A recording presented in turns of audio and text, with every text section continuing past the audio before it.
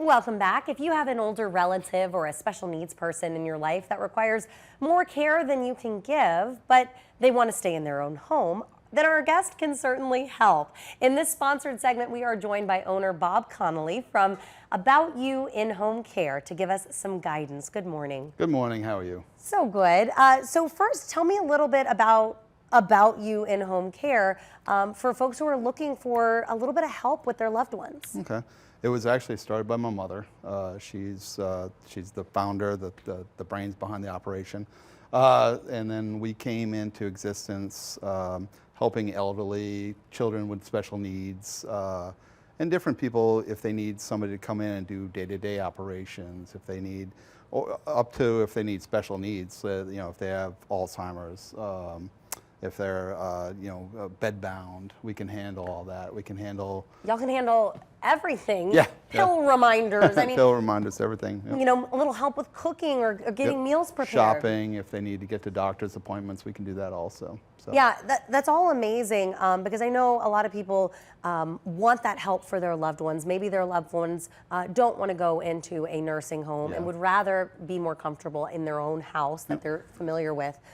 So having this service could be really helpful. Well, and it's more of one-on-one also, where they actually have that one-on-one service. Even in a nursing home or assisted living, they can actually contact us if they want somebody to come in a couple hours a day and just make sure that they have that one-on-one service, that personal touch. Yeah, the personal touch matters a lot. And when you are picking someone who isn't family to come in and bring that personal touch, you know, you may be a little bit wary. What are you guys doing to make sure that the people you bring in are safe and that they are going to do an amazing job? First, we do background checks. We do face-to-face interviews. We also do drug screens, TB tests.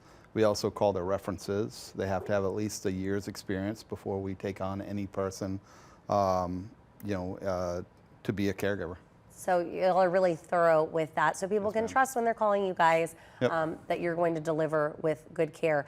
We were talking in the hallway earlier, and it doesn't have to be 24-hour care. It doesn't have to be every night. Nope. The minimum is a 6-hour, but that doesn't have to be every day. No.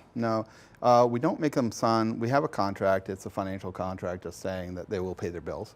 But at the same time, they can, if they want to have 6 hours this week and maybe not for another 2 weeks, they have another 6 hours, they can do that. They can set it up as they need, just because this is not a perfect business. You can't predict when something's going to happen, when somebody's going to have to go to the hospital, has a fall or this or that. So I find a lot of the family members will call up and of course, they've never thought about how you deal with this. Sure. What do you do when it just all of a sudden happens and then you're rushing around, you're calling different companies and you're asking the questions, same thing as you're asking, how do you vet the employees? What are your hourly minimums? What do you, how do you pay for this? How can you do that? How can we get this started? So. Yeah, and I was surprised when we were talking that it's not just elderly folks that y'all are taking care of. You said as young as 6 months you can start helping with in-home care. Yes, ma'am. We do 6 months up to, of course, the state says 99, but if somebody's 108, we'll take care of them. 99 is where it counts now. Do you offer any specialized services for folks with special needs? We do.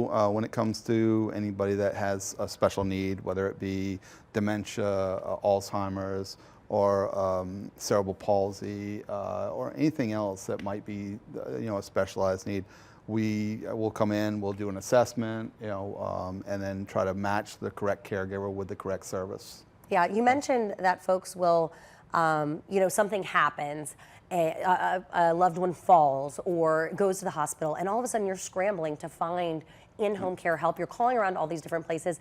If somebody's doing that, what should they be asking? What is different about your company from the other companies that they might be asking these questions to? I do have, I've been doing this for a long time, so I do have a person on call. You're going to get a member of our staff 24/7. So any time of day, holidays, weekends, nights, because you never know when something like that's going to happen. Yeah.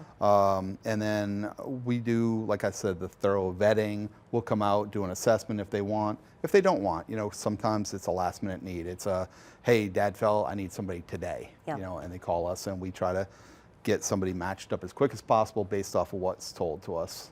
So it's interesting. It's fast paced, but we enjoy it. And I love that you'll have someone on staff all the time, because Yeah. when stuff does happen, it's so nice to talk to a person. Yeah.